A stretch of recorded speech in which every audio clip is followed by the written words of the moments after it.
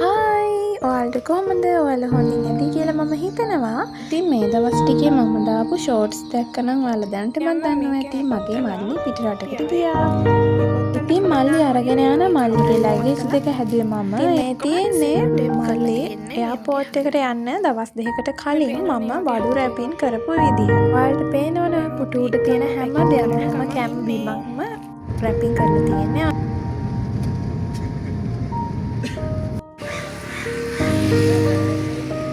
මම මල්ලිගේ බඩු පැක් කරන විදිහ වීඩියෝ එකක් ගන්න හිතන් හිටියට මට ඒක කරගන්න බැරි වුණා. මොකද බෑග් එක හදලා ආයේ බරමැනලා ආයේ හදලා ආයේ බඩු වෙනස් කරලා තමයි කොහොමරි බෑග් එක අපි හැදුවේ. ඒක නිසා ඒකේ වීඩියෝ එකක් මට ගන්න බැරි වුණා. ඉතින් මේ වීඩියෝ එකේ තියෙන්නේ මල්ලිත් එක්ක අපි එයාපෝට් ගිය ගමන. මේකේ මම පොඩි ක්ලිප්ස් එකතු කරලා වීඩියෝ එකක් හදලා තියෙන්නේ. මේක මගේ මතකයක් විදිහට ඉතිරි කරගන්න.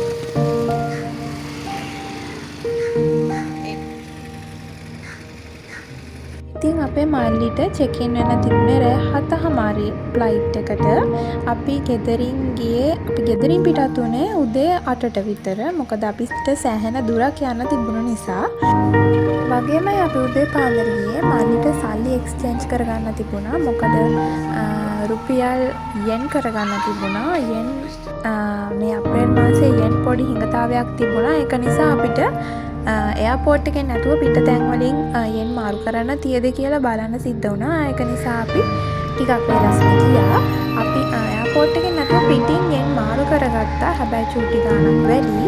හැබැයි අපිට අපේ chance එක කියන්නේ අපි යන වෙලාවේ එයාපෝට් එකේ බැංකුවක යෙන් තිබුණා. මල්ලි එතකොට එතනින් මාරු කරගත්තා යෙන්.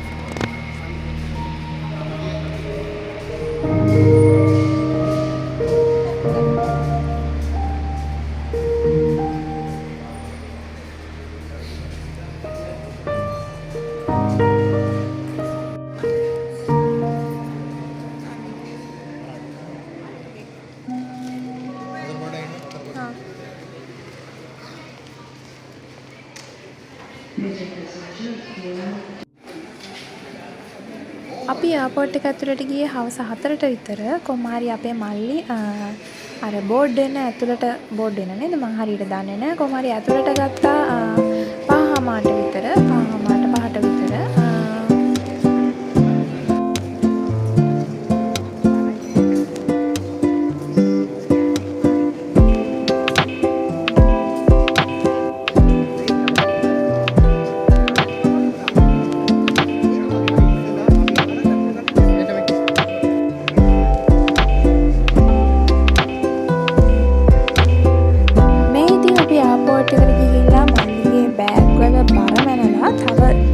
වෙලා තිබුණ නිසා අපි කතා බහ කරලා ෆොටෝස් එම ගත්තා.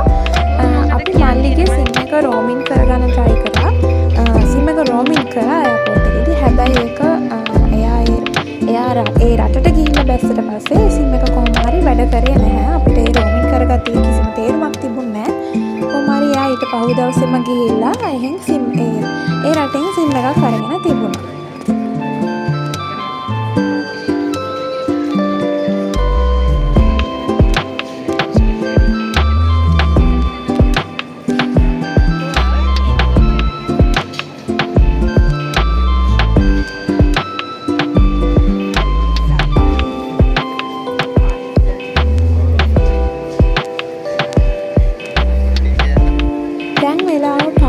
විතර ඇති. ඉතින් මල්ලිව ඇතුළට ගත්තා.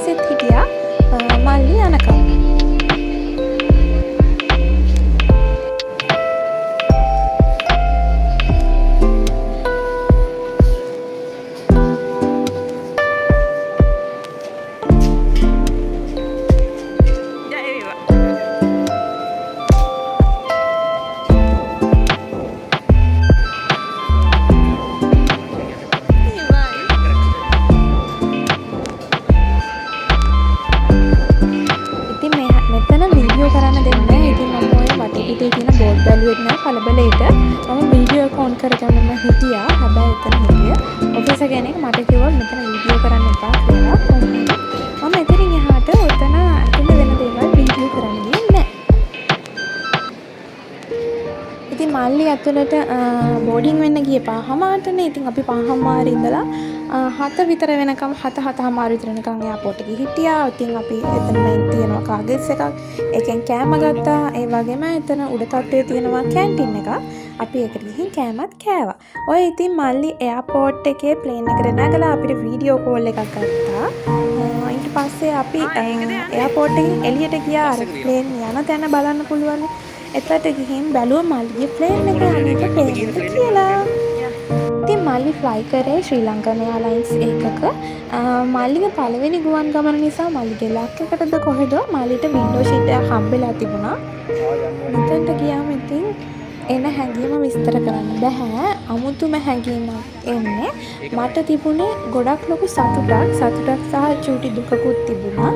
සතුට තිබුණේ මල්ලි ලංකාවේ ඉඳලා කරේ රූම් ක්ලීනින් වගේ ජොබ් එකක්. මොකද එයාට A level පාස් කරන්න බැරි වුණා. ඊට පස්සේ රූම් ක්ලීනින් ජොබ් එක කරන ගමන් එයා ජපාන් ඉගෙන ගත්තා. ඊට පස්සේ තමයි එයාට ජපාන් යන්න සෙට් වුණේ. ඉතින් ඔයාලට පේනවා ඇති දැන් ඔය උඩට නක් ගන්න මල්ලි යන ප්ලේන් එක.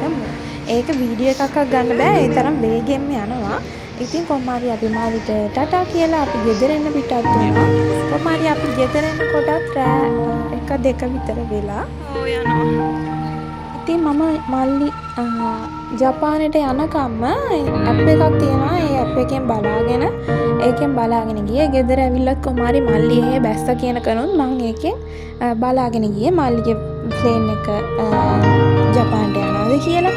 කොහොමාරි මල්ලි එහෙ ගොඩ බැස්සේ මෙහෙන් උදේ පාන්දර 4ට විතර. මම කොහොමාරි ගෙදරදී නිදා ගන්නකොට උදේ පාන්දර 4යි. මල්ලි එහෙ ප්ලේන් එක නරීටවල බහිනකොටම මට වීඩියෝ කෝල් එකක් ගත්තා. මොකද මම ඔන්ලයින් හිටියේ. ඉතින් මල්ලි දැන් ජපානට ගිහිල්ලා සතියක් විතර වෙනවා. එයාට හොඳ යාළුවෝ ටිකක් සෙට් වෙලා ඉන්නවා.